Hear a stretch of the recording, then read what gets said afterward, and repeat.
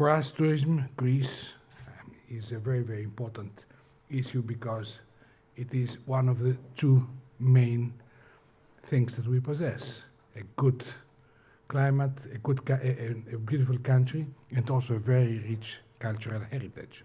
So the combination of the two is very, very important for us. It's speaking in terms of cultural diplomacy. I mean, it is not exactly what should be said, because speaking about sectoral diplomacy, it means that you try to achieve something or to project something beyond what it really is. But for a country, especially in a globalized world, what is important is to be able to project its cultural achievements and its cultural identity. This can be achieved through many, many means. One of them, the most successful one, is tourism. Why most successful? Because people come on the actual place and they see people, they see the land, they see everybody, they have the opportunity to talk to people, and they have the possibility of really getting to know the history and the experiences of the land. And for us, Greece is something very, very important. If one looks into any magazine, into any newspaper, he will be impressed by the many advertisements on tourism. Indeed, it is a very fast-growing and fast-expanding global industry. But it's also a vibrant industry that generates wealth and brings closer, this is the most important thing, people from different religions and cultures. It encourages mutual understanding between different people, races, ethnicities. It promotes, this is something every country does, attempts to, it promotes the country's international image through culture and creates ties that prevent conflicts. Tourism becomes increasingly the modern global peace industry. We wish that this trend indicates the significant diminishing of wars and conflicts across the globe. It circulates the culture of cultures around the world, across the world. This culture represents the common values of tolerance, love, rationality, and understanding. It represents all these values that promote human behavior, which is a very high standard of civilization. I'm convinced, as everybody else I'm sure, that the wave of tourism that is expanding across the globe is a sign of hope. Because of tourism, different people cease to be aliens with each other. What in many, many centuries ago the trade did, namely bringing people the one closer to the other, now it's done in a much greater scale through tourism. For the Greek economy, tourism is a major source of revenue, and it is a very, very important element for the stabilization of its economy.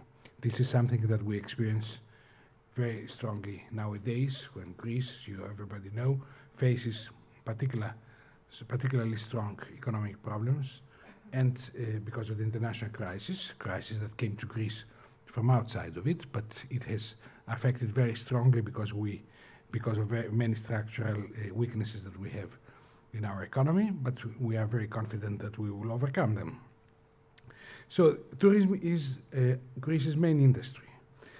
We attract more than 16 million tourists each year, and this is a huge number if you consider that Greece's population is 11 million. So 16 million compared with a population of 11 million, something very important. And thus it contributes to 18%, closely to 80% to Greece's gross GDP. Following 2004 Olympic Games, this acquired further boom. Culture, as I said, is a very important issue. The relationship between tourism and culture can take many forms, and the outcome can generally be viewed as positive, not only in Greece, but throughout the world. Cases of relative destruction of local culture as a result of tourism have been also documented. This is something that is unavoidable. But however, studies by researchers consider this as a lopsided view of the impact of tourism. Studies have shown that tourism have led to the strengthening of local culture. This is something that is both promoted by the local authorities, by the local NGOs, but also from international organizations. World Tourism Organization defines cultural tourism as the movements of persons for essentially cultural motivations, such as study tours, performing arts, and cultural tours, travel to festival and other related events. But essentially, cultural tourism is based on the mosaic of places, traditions, art forms, celebrations, and experiences that portray one's nation and its people. Cultural tourists appear to be motivated for different reasons than do traditional tourists. Cultural traditions such as family patterns, religious practices, folklore traditions, social customs attract individuals interested in heritage. This is something that all of us do, and it's it enriches our experiences. For us in Greece, tourism and culture are two parallel terms, as is reflected by the fact that we have created, we're one of the very few countries that have that, a Ministry of Culture and Tourism.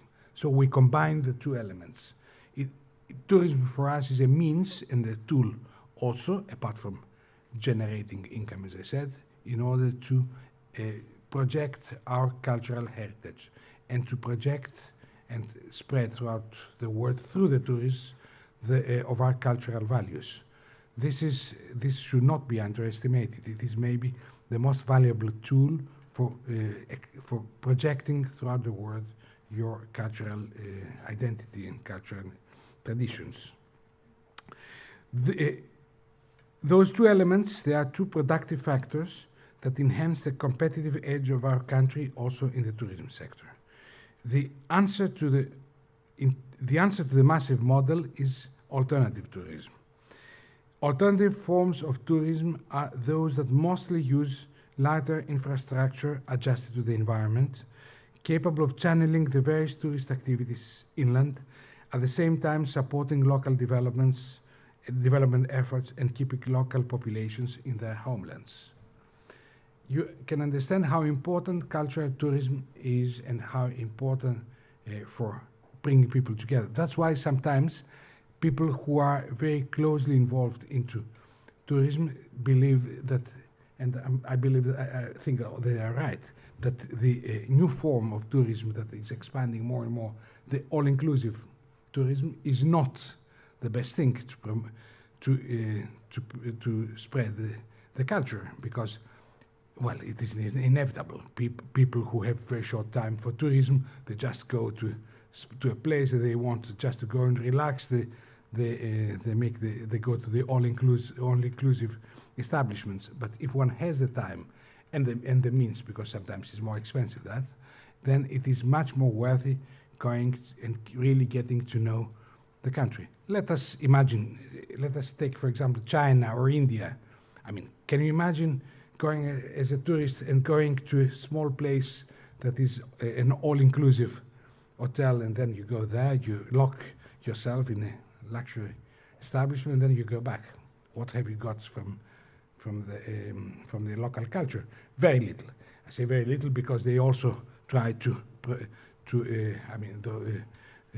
those organizations, they try to project some of the local tradition. But if one has the opportunity, then this is something better, and this is what people try to encourage. The alternative forms of tourism show the way towards a more conscientious form of tourist development, a basic principle at our Ministry of Culture and Tourism. Of course, this is not the only way. What constitutes a one-way street in our choices is sustainable and green development, also sustainable and green tourism.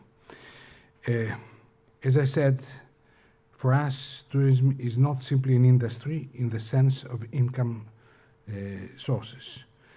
Together with culture, they are the basic vehicle that projects the history, the environmental sensitivities, a perfect showcase for the spatial material the country has been carrying through centuries.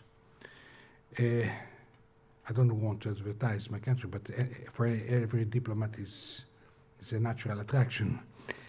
Greece offers great opportunities for cultural tourism, a large journey into history and art. Educational excursions, theatrical productions, festivals, pilgrimages, visits to archaeological sites, monuments, museums, excursions to study the natural environment, folk art, culture. Those are just a few of the many things that Greece has to offer. Whoever really wants to get to know and understand Greece, he will find an unrivaled cultural experience through traveling into the area and chronological period of Greek culture. Traces of centuries-old and important history is etched at every corner of Greece, and you can see findings from all periods. This is why we're very willing and very happy to sign the UNESCO Treaty for the Protection of the Monuments and Sites of the World's Cultural Heritage. This is something that everybody should do, and we should try to expand the content of this ideal of this project. This is not only aimed at protecting monuments from erosion and destruction, but also to preserve the ideal and the culture they present through for future generations.